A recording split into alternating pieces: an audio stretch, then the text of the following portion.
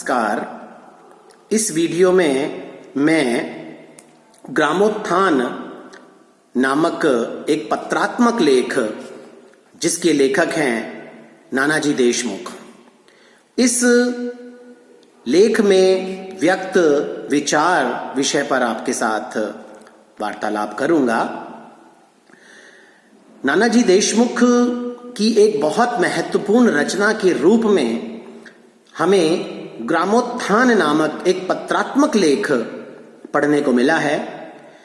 इसमें ग्रामीण जीवन से जुड़ी समस्याओं का निराकरण करने के लिए नानाजी देशमुख ने अपने आप को सक्रिय राजनीति से अलग किया और चित्रकूट के आसपास के ग्रामीण क्षेत्र में कार्य करना प्रारंभ किया।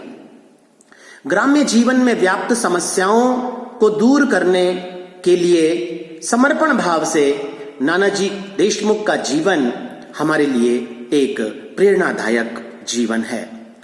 पत्र के रूप में लिखी गई उनकी इस रचना में उन्होंने उन समस्याओं को सुलझाने का प्रयास या कहें कि समझने का प्रयास किया है जिनके कारण ग्राम्य जीवन से जुड़े हुए लोग पिछड़े रहते हैं।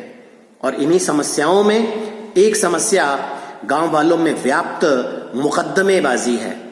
वे इस समस्या से ग्रामीण जीवन को मुक्त करने पर बल देने की बात अपने इस लेख में कहते हैं।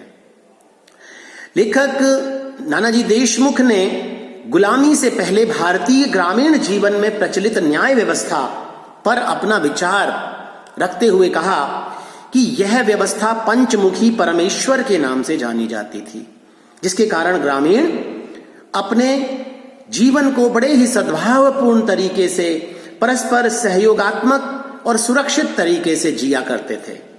और मुस्लिम शासनकाल में कुछ इसमें परिवर्तन हुए थे, पंचमुखी परमेश्वर जो न्याय व्यवस्था थी उसमें, लेकिन सन 1765 के पश्चात अंग्रेजों ने यहां अपनी शासन प्रणाली लागू की और परिणाम स्वरूप हर जिले में अंग्रेज कलेक्टर नियुक्त हुए।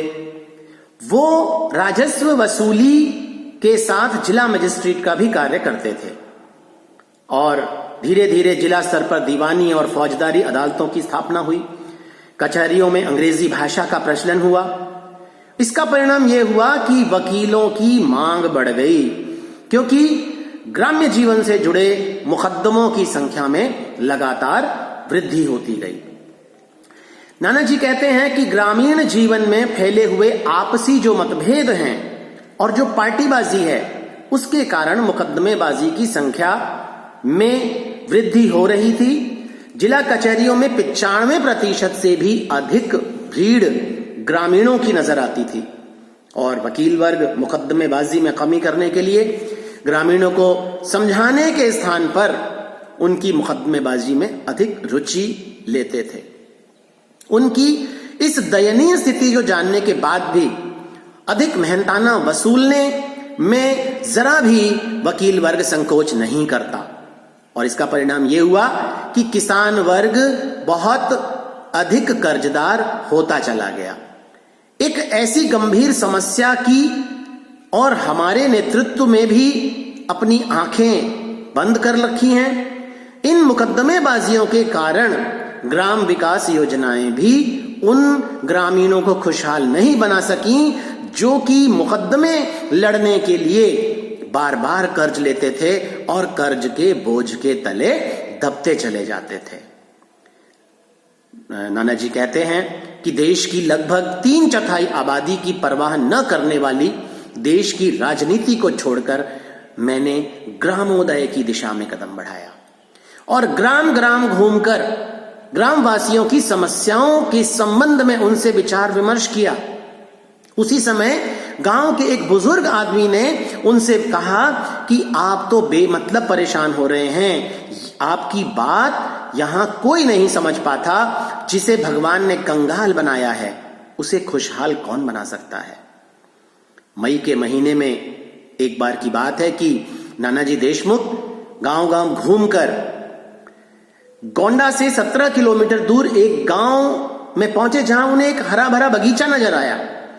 वहां पहुंचकर वो देखते हैं कि ये बनासी माली का बगीचा है जो अपनी 1 एकड़ भूमि पर साल भर में विभिन्न प्रकार की सब्जियां और फसलें उगाता है और उन सब्जियों को रोज गोंडा की मंडी में बेचता है।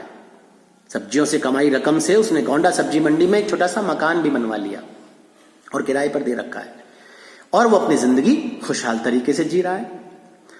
बनासी माली से लेखक नानाजी देशमुख ने मुलाकात की और बनासी माली की जीवनचर्या ने लेखक को उत्साहित किया। वो दूसरे दिन जब मिलने गए तो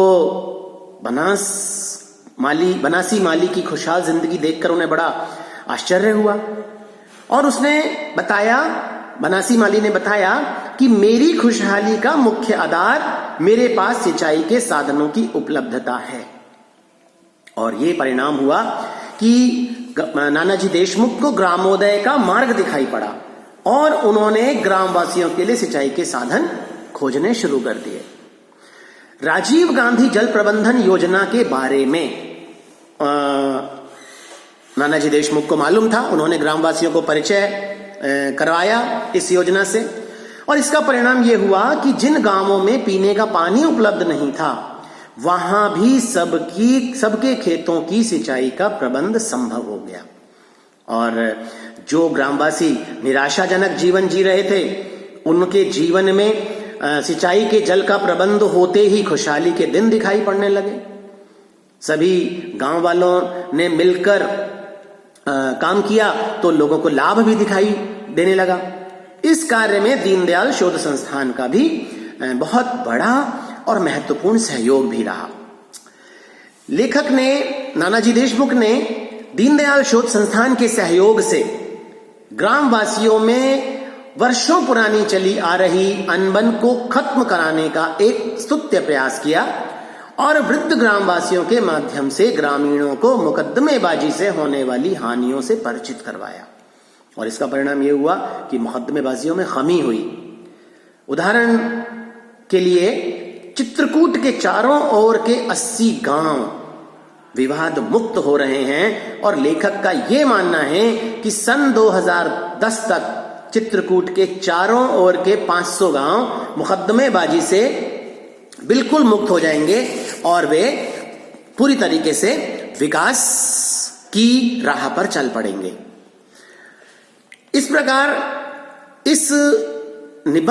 इस लेख में जो विचार नानाजी देशमुख ने हमारे सामने रखने का प्रयास किया है कि ग्रामीण जीवन में आपसी लड़ाई, आपसी अनबन, आपसी विवाद, पार्टीबाजी, इनके कारण जो मुकदमेबाजी की समस्या बहुत बड़े रूप को धारण कर चुकी है उसे अगर आपसी सूझबूझ से समाप्त कर दिया जाए और साथ ही साथ गांव वालों के लिए सिंचाई के साधनों को उपलब्ध कराया जाए तो ग्रामीण जीवन खुशहाल हो सकता है। और लेखक ने इस और चित्रकूट को अपना कार्यक्षेत्र बनाकर कार्य किया भी है और ग्रामोत्थान के क्षेत्र में नानाजी देशमुख ने एक बहुत बड़ी सफलता अर्जित भी की है। धन्यवाद।